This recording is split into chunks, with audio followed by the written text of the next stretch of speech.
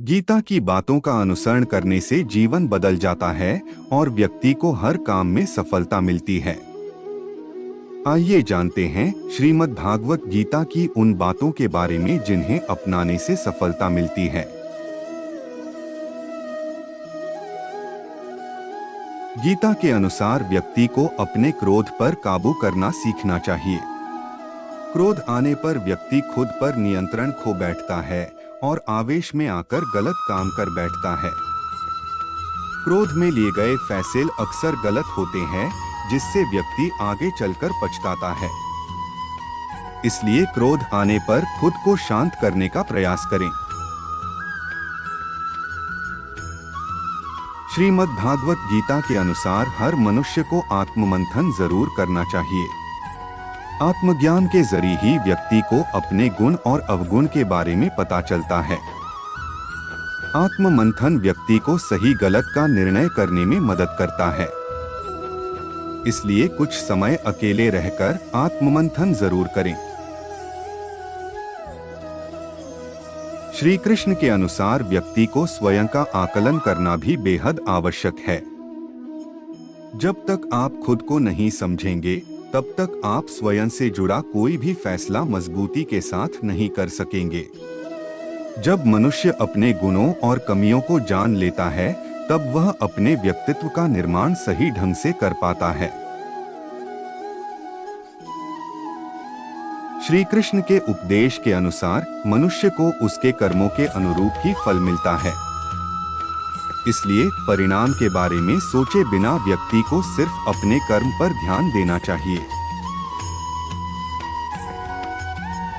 गीता के अनुसार हर व्यक्ति को अपने मन पर नियंत्रण रखना चाहिए। मन बहुत चंचल होता है और यही हमारे दुखों का कारण बनता है।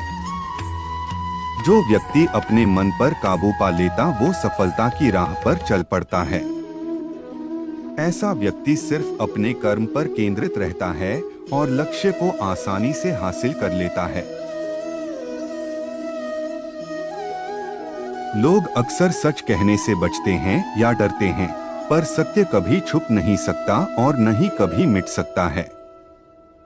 कितना भी छुपा ले पर सच तो उजागर हो ही जाएगा। जो बात सच पर आधारित हो, उसे करने या कहने और मानने से कभी नहीं डरना चाहिए। मनुष्य उसके लिए शोक करता है जो शोक करने के योग्य नहीं है, और फिर भी ज्ञान की बातें करते हो। बुद्धिमान व्यक्ति ना जीवित और ना ही मृत व्यक्ति के लिए शोक करते हैं। जो लोग दूसरों की सहायता करते हैं, ईश्वर उनकी सहायता करते हैं। इच्छा पूरी नहीं होती तो क्रोध बढ़ता है, और इच्छा पूरी होती है तो लोभ बढ़ता है। इसलिए जीवन की हर स्थिति में धैर्य बनाए रखना।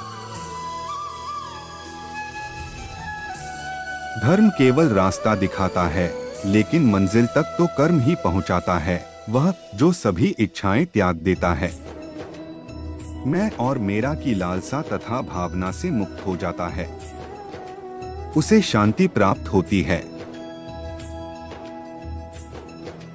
श्री कृष्ण ने कहा है, अगर तुम्हें किसी ने दुखी किया है तो बुरा मत मानना।